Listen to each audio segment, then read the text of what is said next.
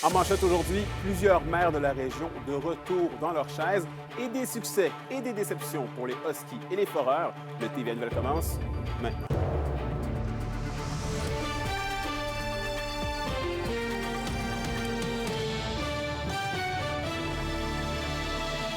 Bonjour tout le monde, ici Anthony Dallaire et bienvenue au TVA Nouvelle. Et on débute le bulletin en politique municipale. Plusieurs candidats ont été élus sans opposition dans la région à la fermeture des candidatures vendredi dernier. Et Roxane, c'est donc plusieurs maires sortants qui retrouvent leurs fonctions.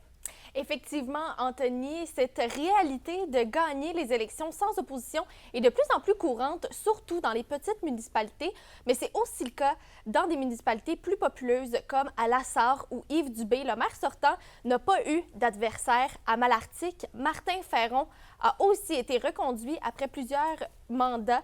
Même chose pour la mairesse sortante de Sainte-Terre, Nataliane Pelcha. Au Témiscamingue, Sébastien Lebel a été couronné le maire de Ville-Marie, de même qu'Alain Gauthier à Témiscamingue. Et à Rouyn-Noranda, l'ancien député du Parti québécois, Gilles Chapado, succède sans opposition à Diane Dallaire. J'ai été voir les citoyens de Rouyn-Noranda à savoir ce qu'ils pensaient du fait qu'il n'ait pas eu de course à la mairie. On écoute leur réponse. Que c'est un des meilleurs choix. J'aurais voté pour lui, pareil. S'il y avait eu un choix, bien, c'est sûr que ça aurait été différent. Mais étant donné que c'est comme ça. Enfin, moi, je pense qu'il va être aussi bon que les autres. Le monsieur, je le connais pas, mais c'est avec le temps qu'on va savoir. Pas tout le temps resté ici, mais l'autre, je sais pas, là, c'est Fanny Street qui était là. La petite Dallaire. Là, c'est lui. Ah ben, on va en avoir un bon pareil. Ça en prend un. Cet après-midi, je vais m'entretenir avec les maires de Ville-Marie et Témiscamingue et également Malartic. Leur réaction dans mon reportage au TVA 18h. Parfait, on suit le tout. Merci beaucoup, Roxane. Au plaisir.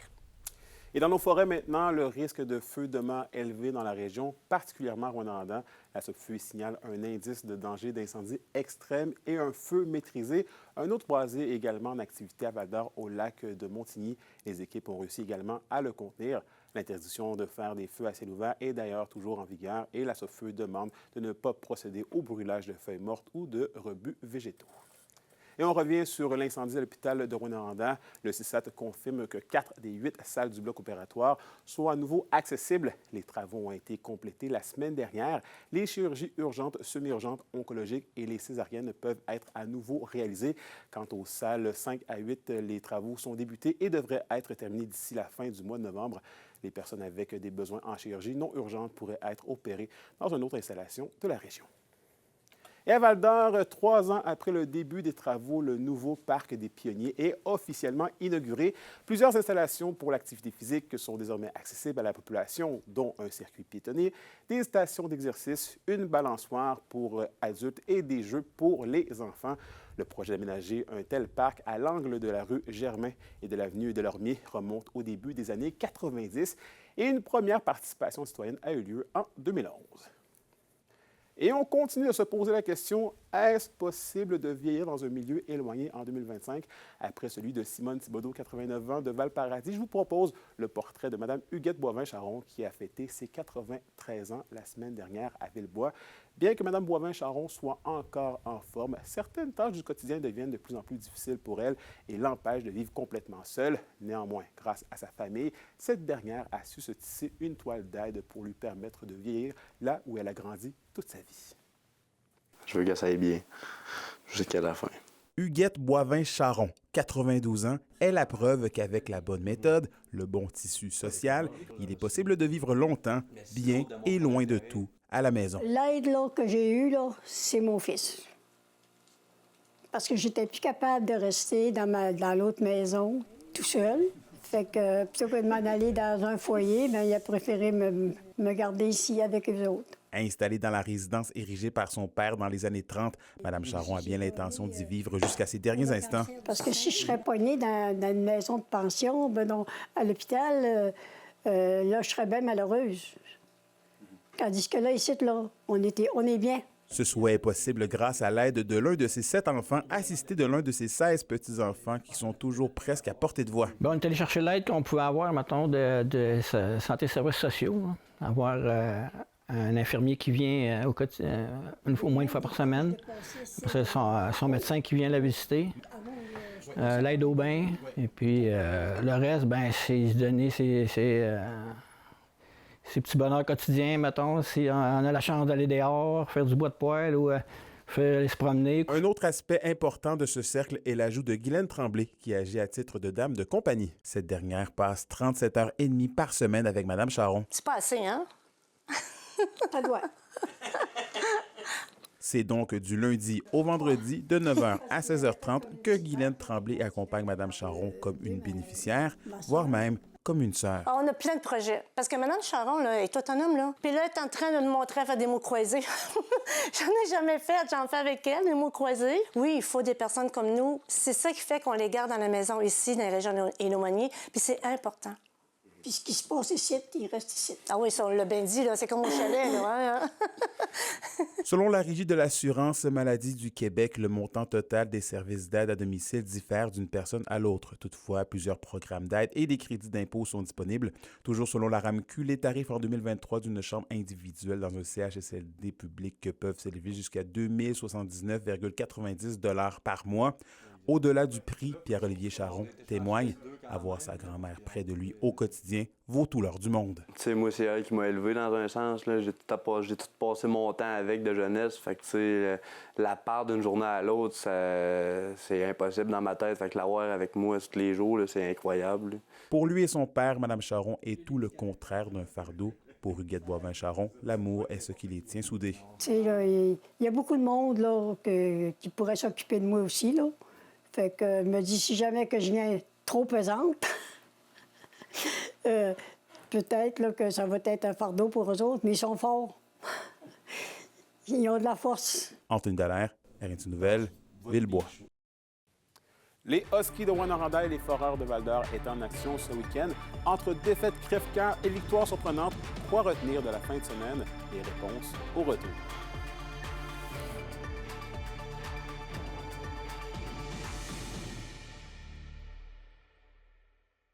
Les SADC de l'Abitibi-Témiscamingue et du nord du Québec vous présentent la bonne nouvelle économique TVA. La 5e foire d'automne tenue à la Sarre a permis à une vingtaine d'entreprises du secteur agroalimentaire d'offrir aux consommateurs une gamme de produits de haute qualité. Soutenir l'achat d'aliments de nos producteurs locaux renforce l'autonomie alimentaire et dynamise l'économie du milieu.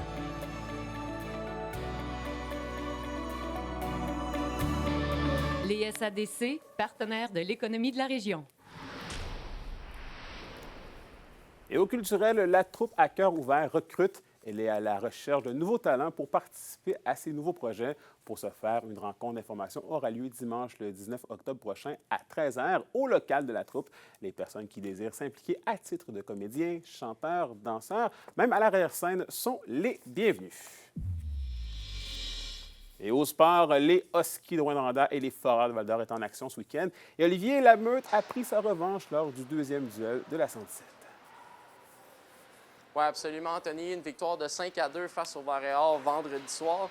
Et ça a été un match que la Meute a contrôlé de façon générale. Et dans ce match, bien, il s'est passé quelque chose d'assez surprenant qu'on voit rarement. Il y a deux joueurs des Huskies qui ont inscrit leur premier but dans le même match. On parle de Jérémy Jarret, qui vient de la région, ainsi que de Charles-Antoine Laforêt. Et avant le match, on en a profité pour rendre hommage là, à un grand des Huskies de Rouyn-Noranda, M. Jean-Paul Charlebois, qui a été descripteur des Huskies pendant 15 ans, soit de 2005 à 2020. La Loge Média portera d'ailleurs son nom désormais, soit la Loge Jean-Paul Charlebois. Et samedi, bien, les Huskies ont continué sur leur lancée avec une victoire de 4-2 face aux Tigres de Victoriaville. Et il y a quelque chose d'autre qui a retenu l'attention lors de ce match sur le 4e but des Huskies de Rouyn-Noranda. Je vous laisse écouter la séquence. Sorti aux mains de Verdon, qui renvoie l'endroit, le tir, et là, on a déplacé le filet du côté de Daigle. Alors là, j'ai pas vu là, à partir de quel moment le filet s'est déplacé. Et on avait vraiment bien construit notre jeu. C'était un but là, si le filet ne se déplaçait pas. On a vraiment bien construit notre jeu du côté des Huskies. Alors, on avait réussi à tout faire déplacer. Je sais pas si on va aussi expliquer. On accorde le but! Oui, une séquence assez particulière qu'on ne voit pas très souvent, je vous l'avoue. Et pour les Foreurs, Olivier, ça a été un autre week-end plutôt difficile. Oui, on vient d'en parler. Ils ont subi une défaite de 5-2 face aux Huskies de Rouyn-Noranda. Ça a été un match difficile, Anthony. Seulement 15 tirs au but au total dans la rencontre. Ça a cependant mieux été dimanche avec une défaite de 5-4 en tir de barrage, oui, face aux Tigres de Victoriaville. Mais les Foreurs menaient tout de même 4-1 à un certain moment donné dans le match. Mais on a quand même réussi à diriger 48 lancés sur le gardien de but des Tigres de Victoriaville. Donc, c'est encore difficile pour les Foreurs de Val-d'Or pour ce début de saison qui n'ont que 3 points depuis le début de la campagne. Et en terminant, Anthony, bien, je vais m'entretenir avec les entraîneurs-chefs des deux équipes. Je vous reviens avec plus de commentaires ce soir. Parfait. Merci beaucoup, Olivier. La question du jour TVA, une présentation de Mobilier Bélan qui vous offre depuis plus de 50 ans un service de qualité et un grand choix de matelas, mobilier, électro au prix compétitif que vous recherchez.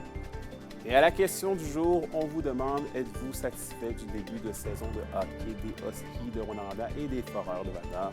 Pour voter et commenter, rendez-vous au tvabitibi.ca.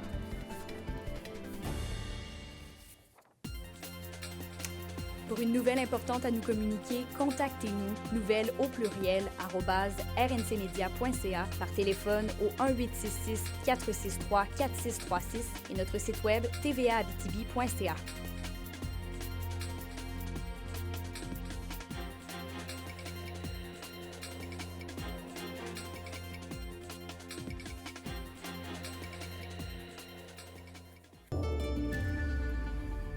Et à la météo de l'Abitibi-Témiscamingue, c'est des nuages avec de la pluie et des risques d'orage au courant de l'après-midi pour tous les secteurs. Alors, j'espère que vous avez pu profiter du beau temps ce week-end.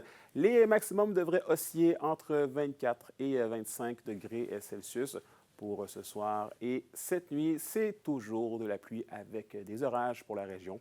On prévoit un minimum de 9 degrés pour l'Abitibi et de 11 degrés Celsius pour le Témiscamingue.